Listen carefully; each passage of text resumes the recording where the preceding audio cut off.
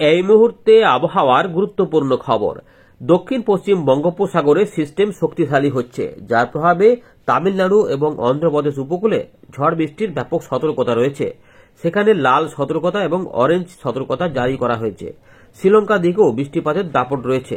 দক্ষিণ পশ্চিম বঙ্গোপসাগর ইতিমধ্যে মৎস্যজীবীদের সতর্কতা, সমুদ্র ব্যাপক পরিমাণে উত্তাল থাকছে। সিস্টেমটি শক্তি বৃদ্ধি করে আস্তে আস্তে উপকূলের দিকে এগোতে থাকছে। ইতিমধ্যে বাংলার আকাশে কিন্তু মেঘের আনাগোনা উপকূলবর্তী এলাকাতে শুরু হয়েছে। এখানে বৃষ্টিপাত শুরু হবে, তবে আগের থেকে বৃষ্টির পরিমাণে কিছুটা বৃদ্ধি পাওয়ার সম্ভাবনা নতুন করে দেখা দিয়েছে।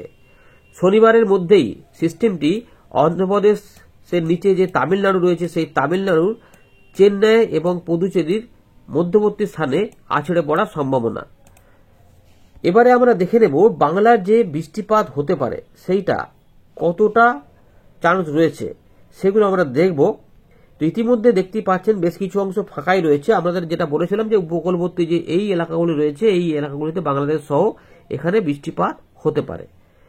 তো এখানে মেঘলা মেঘলা কিন্তু দেখা যাচ্ছে, হালকা ফুলকা কুয়াশাও থাকবে, কোথাও কোথাও সকালের দিকে কুয়াশা ছিল। এবারে যেটা হবে, বৃষ্টিপাত বেশ কিছু অংশে হতে পারে, কলকাতার দিকেও বৃষ্টিপাতের পূর্বাভাস হয়ে যেতে পারে, এরকম কিন্তু থাকছে। সম্ভাবনা কিন্তু নতুন করে তৈরি হয়েছে। কলকাতা, হাওড়া, 2 চব্বিশ পরগনা, 2 মেদিনীপুর, ঝাড়গ্রামের দিকেও কিছুটা বৃষ্টিপাত যেতে পারে। হালকা থেকে মাঝারি বা মাঝারি ভারী বৃষ্টিপাতও কিছু অংশে দেখা যেতে পারে। তবে সম্ভাবনা বৃষ্টিপাতের নাই বললেই চলে। সেগুলো হচ্ছে যে আমাদের পুরুলিয়া, বীরভূম, মুর্শিদাবাদ, নদিয়া, 2 বর্ধমান এবং বাঁকুড়া বৃষ্টিপাত হওয়ার চান্স নাই। হুগলিতেও চান্স অনেক কম রয়েছে, তবে এই মুহূর্তে কিন্তু বলা যাবে না যে হবেই না। তাই কিছু অংশে হালকা বৃষ্টিপাত বাঁকুড়া এবং হুগলিতে পৌঁছে যেতেও পারে। পশ্চিম মেদিনীপুরের সব জায়গাতে বৃষ্টিপাতের সম্ভাবনা না থাকলেও কিছু অংশে হতে পারে। পূর্ব মেদিনীপুরে কিন্তু বৃষ্টিপাতের চান্স রয়েছে। অনেকে আলু চাষ করছেন, আলুর জমি চাষ করছেন, আলু লাগাবেন ভাবছেন, তো লাগাবেন কি লাগাবেন না, ধান কাটবেন কি কাটবেন না, এই সমস্ত ব্যাপারগুলি কিন্তু প্রশ্নের মধ্যে উঠে আসছে। তো যেহেতু একদম সময় দোরগোড়াতেই রয়েছে, তাই নতুন করে 2-1 দিনে কিছু না করাই ভালো, তারপরের দিকে এগোনোই ভালো। কারণ 2 তারিখ থেকে পুরোপুরি শুকনো আবহাওয়া পাওয়া যাবে। বর্তমানে মেঘলা আকাশ দেখাই যাচ্ছে। শনিবার রবিবারে মূলত বৃষ্টিপাতের সম্ভাবনা থাকছে। এর পাশাপাশি তার আগে হবে কিনা সেটা আমরা দেখে নেব। উত্তরবঙ্গে বৃষ্টিপাতের কোনো খবর নেই, উত্তর পূর্ব ভারতেও বৃষ্টিপাতের খবর নেই। মূলত শুকনো আবহাওয়া থাকবে। বাংলাদেশের রংপুর, রাজশাহী, ময়মনসিংহ, সিলেট, ঢাকা এবং খুলনা বিভাগ এই শুকনো থাকবে, কিন্তু উপকূলবর্তী যে জায়গাগুলো রয়েছে এই বিভাগগুলোর বিশেষ করে খুলনা, বরিশাল, চট্টগ্রামে বৃষ্টিপাত হতেও পারে, উড়িষ্যাতে বৃষ্টিপাত হতে পারে। তো এইগুলো কিন্তু রয়েছে, আমরা আলোচনায় আছি। তো প্রথমে একবার দেখে নিই আবহাওয়া দপ্তর কি বলছে। প্রথম কথা হচ্ছে নতুন একটি খবর উঠে এসেছে। ঘূর্ণিঝড়ের কথা আবহাওয়া দপ্তর বারবার বলেছে, উল্লেখ করে দিচ্ছে কত করে গতিবেগ হবে, কিন্তু শেষ মুহূর্তে বদল হয়েছে আবহাওয়া দপ্তরের বক্তব্যে যে ঘূর্ণিঝড়ের যে গতিবেগ সেটা অ্যাচিভ করতে পারবে না। তবে সম্ভাবনা কিন্তু রয়েছে সেই গতিবেগ অ্যাচিভ করে নিতেও পারে। আমরা এখানে চেক করে দেখে নেব।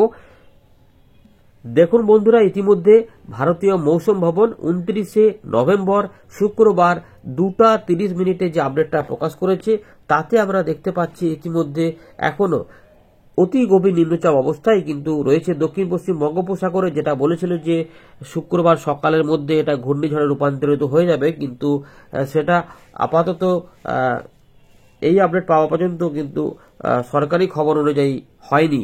ডিপ ডিপ্রেশন এবং ঘূর্ণিঝড়ের যে গতিবেগ পেয়ে এটা ঘূর্ণিঝড়ের যেগুলো এগুলো দেখুন ঘূর্ণিঝড় লেখা ছিল, সেগুলো কিন্তু এখন আর ঘূর্ণিঝড় লেখা নেই। অর্থাৎ ঘূর্ণিঝড় ফেঙ্গাল যে নামকরণ সেটা কিন্তু এই মুহূর্তে আবহাওয়া দপ্তর আবার ওটাকে কিন্তু উঠিয়ে দিয়েছে। দেখুন এখানে আর ঘূর্ণিঝড় হিসেবে উল্লেখ করছে না, যে এটা অর্থাৎ ঘূর্ণিঝড় না হয়ে ওই অতি গভীর নিম্নচাপ হিসাবেই এটা কিন্তু থাকবে এবং এটা আছড়ে পড়ার সময় এর গতিবেগ কমে আবার গভীর নিম্নচাপ হয়ে যেতে পারে। অর্থাৎ উপকূলে আছড়ে পড়ার সময় শক্তি ক্ষয় করার একটা ইঙ্গিত দিচ্ছে। তবে সেটা কি বা সেরকম কি হবে নাকি অন্য রকম হবে সেটা আমরা অবশ্যই চেক করে জানাবো, এবং বাংলার কোথায় কেমন বৃষ্টি হবে সেগুলো দেখাচ্ছি। তার আগে দেখুন এখানে কি বলা রয়েছে। বলছে যে এটা উত্তর পশ্চিম দিক বরাবর এগিয়ে যাবে এবং এই ডিপ ডিপ্রেশন আকারে থাকবে। 29 তারিখ সারাদিনই থাকবে। 30 তারিখের দিকে এটা যেটা হবে উত্তর পশ্চিম দিক বরাবর এগিয়ে যাবে এবং তামিলনাড়ু পুদুচেরির যে মধ্যে কারাইকেল এবং মহাবালিপুরম তার পুরমের কাছে পুদুচেরির একদম গা ঘেঁষে এটা কিন্তু 30 তারিখ সকালবেলাতে ডিপ্রেশন হিসাবে 45 থেকে 55 কিলোমিটার সর্বাধিক গতিবেগ 65 নিয়ে আছড়ে পড়ার সম্ভাবনার কথা জানিয়েছে নতুন করে আবহাওয়া দপ্তর। এটা আপনাদের জানিয়ে রাখলাম, তবে আমরা চেক করে দেখে নিচ্ছি সেই রকমই এইখানে যেগুলো বলা রয়েছে যে 65 পর্যন্ত গতিবেগ ম্যাক্সিমাম, তা সেটা ছাড়াবে কি ছাড়াবে না এবং সকালবেলাতে আছড়ে পড়বে না আরো দেরি হবে সেটা দেখে নেব। তামিলনাড়ু, পুদুচেরি, অন্ধ্রপ্রদেশ, রায়লসীমা এবং কর্ণাটক, কেরালা এখানে কিন্তু বৃষ্টিপাত থাকবে, ভারী অতি ভারী সব বৃষ্টিপাত থাকবে। ঝোড়ো হাওয়াও এখানে উপকূলের দিকগুলোতে সব বইতে থাকবে, এগুলো আর বলছি না। 50-60 কিলোমিটার আরামসে থাকবে। সমুদ্র উত্তাল থাকছে, মৎস্যজীবীদের সতর্কতা থাকছে। দেখুন এইভাবে এটা এসে পড়ে বলেছে কিরকম একটা ছবি তৈরি হয়েছে। এইভাবে আস্তে আস্তে উপর দিকে উঠে আবার ডান দিকে একটু বেঁকে আবার বাঁ দিকে একটু উত্তর পশ্চিম দিক বরাবর গিয়ে একদম পুদুচেরির গা ঘেঁষে এটা এখানে এগিয়ে যাবে, এরকম করে কিন্তু বলা রয়েছে। চিত্রটা দেখলেই বুঝতে পারছেন কিভাবে একটা যাচ্ছে, সেই ব্যাগের মতো আর কি একটা দেখতে হয়েছে। যাই হোক, এবারে আমরা দেখে নিচ্ছি যে উইন্ডি থেকে আমরা কি পাচ্ছি। তো বন্ধুরা, আমরা চলে এলাম উইন্ডির লাইভ স্ক্রিনে। ইতিমধ্যে দেখতেই পাচ্ছেন এই জায়গাতে পরিষ্কারভাবেই দেখা যাচ্ছে যে এখানে এটা কিন্তু সিস্টেমটি বেশ জোরালো আকারে একটা বড় জায়গা জুড়ে কিন্তু তার গতি প্রকৃতি হিসাবে খেলা দেখাচ্ছে এখানে। তার ফলে উপকূলবর্তী এলাকাগুলিতে মেঘাচ্ছন্ন আকাশ এবং এখানে কিন্তু ছেঁড়া ছেঁড়া মেঘ তৈরি হচ্ছে। এটা ইতিমধ্যেই অতি গভীর নিম্নচাপ আকারেই কিন্তু এগিয়ে চলেছে এবং আমাদের বাংলার আকাশেও মেঘলা মেঘলা অল্প স্বল্প করে উপকূলবর্তী এলাকাতে দেখা যাচ্ছে, কিন্তু বাকি অংশে রোদ এবং বা পরিষ্কার আকাশ থাকার সম্ভাবনা দিনের বেলাতে, রাতের বেলাতেও পরিষ্কার থাকবে। উপকূলবর্তী যে জায়গাগুলো রয়েছে সেগুলো কিন্তু মেঘলা মেঘলা একটু থাকতে পারে। জানাবেন যারা যারা উপকূলবর্তী এলাকা থেকে দেখছেন মেঘলা মেঘলা আছে কিনা। কন্টাই, খেজুরি, হলদিয়া, তারপরে দেখুন এখানে এই যে কাকদ্বীপ, এখানে হলদিয়া রয়েছে, তারপরে নন্দীগ্রাম রয়েছে, দুর্গাচক রয়েছে, বালি এখানে দেখেছে বজল চক, এইসব জায়গা রয়েছে, কুলপি, এই সমস্ত জায়গা কিন্তু একটু মেঘলা মেঘলা হচ্ছে, একটু আংশিক মেঘলা আকাশ কলকাতা সাইডেও সামনে থাকতে পারে, কিন্তু বাকি পশ্চিমের দিকের সমস্ত এলাকাতেই উত্তর ভাগে সব শুকনো শুকনো। এবারে দেখুন কি হচ্ছে, আমরা সিস্টেমটায় যাচ্ছি, ECMW মডেলে আমরা আছি। দেখে নিচ্ছি গতিবেগগুলো আমরা দেখে নেব। প্রথমে আমরা চলে যাব বায়ুর গতিবেগে চলে যাব। বায়ুর গতিবেগে আমাদের দেখতে হবে 65টা আদৌ পেরোবে কিনা। তো এই মুহূর্তে আমরা যদি দেখি সারাদিনে, তো 29 তারিখের দিকে 55 কিলোমিটার উপরের কাছাকাছি রয়েছে, মানে গভীর অতি গভীর নিম্নচাপের যে গতিবেগগুলো হয় সেগুলো পাওয়া যাচ্ছে। আমরা দেখে নিচ্ছি পরের দিকে কি হচ্ছে। পরের দিকে কিন্তু এটা 46-47 চলে আসছে। এবারে এটা শনিবারে যখন আছড়ে পড়বে তখন এর গতিবেগে পরিবর্তন হওয়ার ইঙ্গিত রয়েছে। দেখুন আস্তে আস্তে শক্তি বৃদ্ধি হচ্ছে। আবার এখানে কিন্তু আমরা দেখতে পাচ্ছি এটা দেখুন কত কিলোমিটার হচ্ছে, 61 কিলোমিটার, অর্থাৎ অতি গভীর নিম্নচাপ 62 কিলোমিটার পর্যন্ত গতিবেগ আমরা এখানে মাপতে পারছি।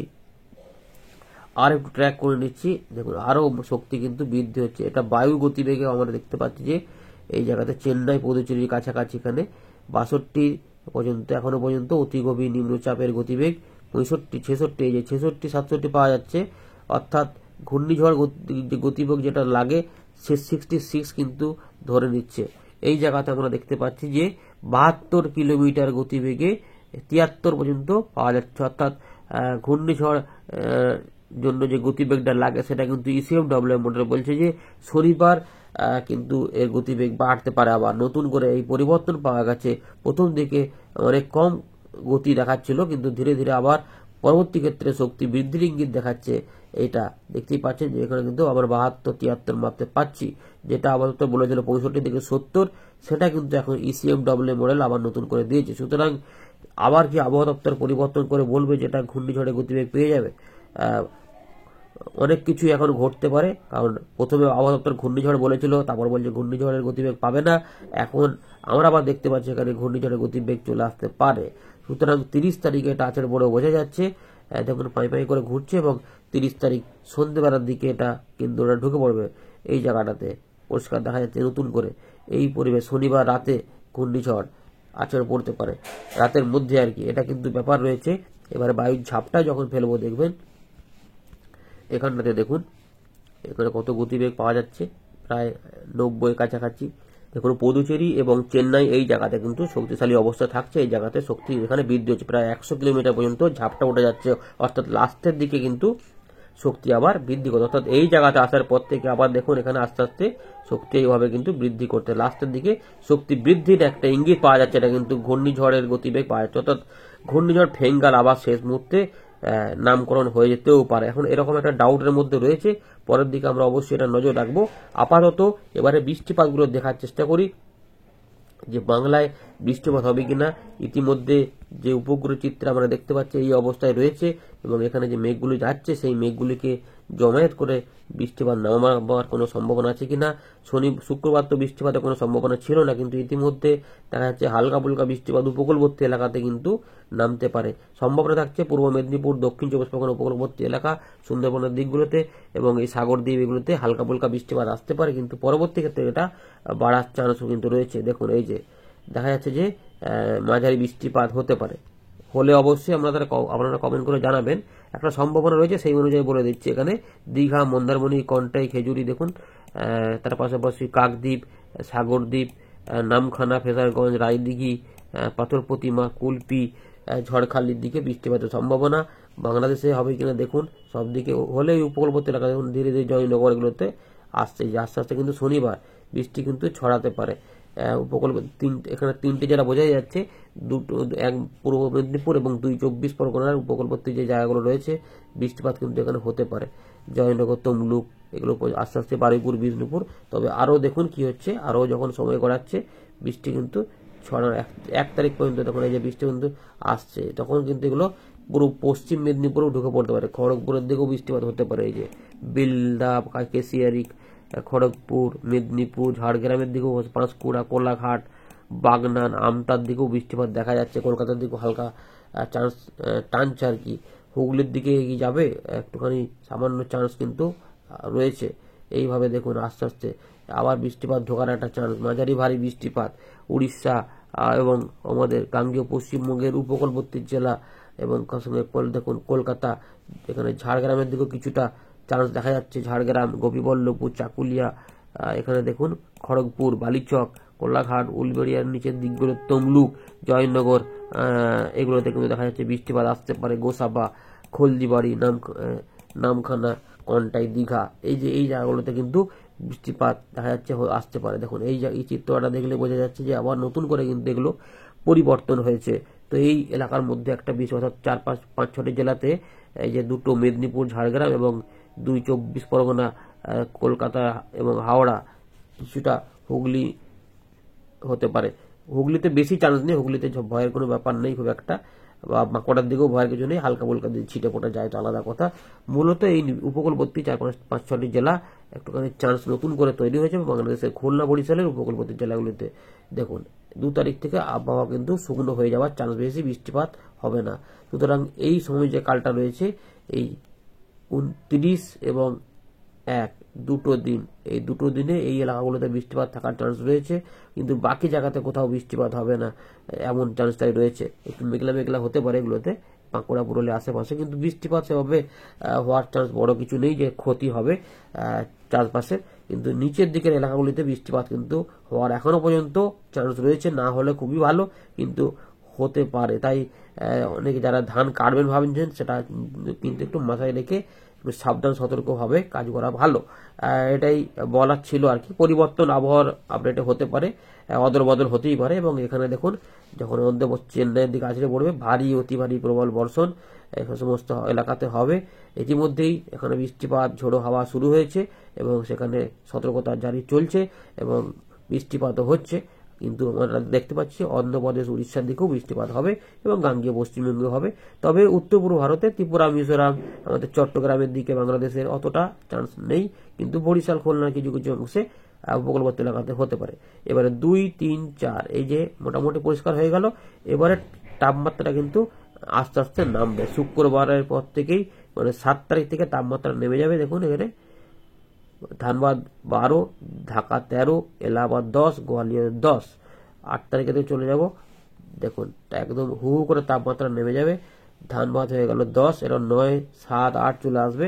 কলকাতা আরামবাগ 12, 13, কলকাতা 15 চলে আসবে, 15 নিচেও চলে আসতে পারে, কোলাঘাট 13, উপকূলবর্তী এলাকাতেও 19-15 মতো চলে আসবে, অর্থাৎ ঠান্ডা কিন্তু চলে আসবে। সুতরাং মুর্শিদাবাদ, বীরভূম, নদিয়াতেও কনকনে ঠান্ডা পড়বে আস্তে আস্তে, এবারে ভালোই ঠান্ডা অনুভূতি হবে। জলপাইগুড়ি, আলিপুরদুয়ার, কোচবিহার এগুলোতেও ঠান্ডা অনুভূতি হবে। তবে পুরুলিয়ার দিকে ভালোই ঠান্ডা কিন্তু চলছে, এবং এই ঠান্ডা আমাদের গাঙ্গেয় পশ্চিমবঙ্গে বজায় থাকবে। তবে জলীয়বাষ্প ঢোকার জন্য দুদিন একটু অদল বদল হতে পারে, তবে মঙ্গলবার থেকে আবার ঠান্ডা বাড়তে শুরু করে দেবে। ধন্যবাদ।